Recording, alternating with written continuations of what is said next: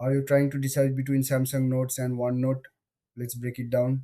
In this video, we'll compare these two popular note-taking tools.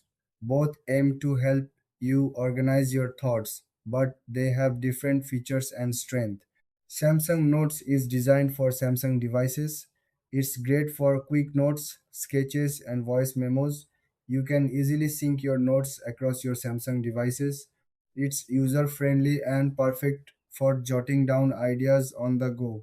On the other hand, OneNote is part of the Microsoft Office suite. It works on multiple platforms including Windows, Mac, and mobile.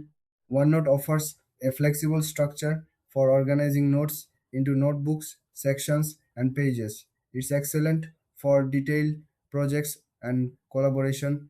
Now, let's look at the key differences. Samsung Notes is simpler and more focused on quick note taking. OneNote, however, is more robust and allows for deeper organization and sharing. If you need to collaborate with others, OneNote is the better choice. When it comes to features, Samsung Notes offers handwriting recognition and easy drawing tools. OneNote has more advanced formatting options and integrates well with other Microsoft apps. You can also add audio and video clips in OneNote, which is a nice touch. As for pricing, Samsung Notes is free with Samsung devices. OneNote is also free, but you may need a Microsoft 365 subscription for some advanced features. So, who should choose what?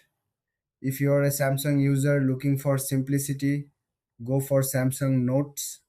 But if you want a powerful tool for detailed projects and collaboration, OneNote is the way to go. Thanks for watching. If you found this comparison helpful, don't forget to like and subscribe for more content.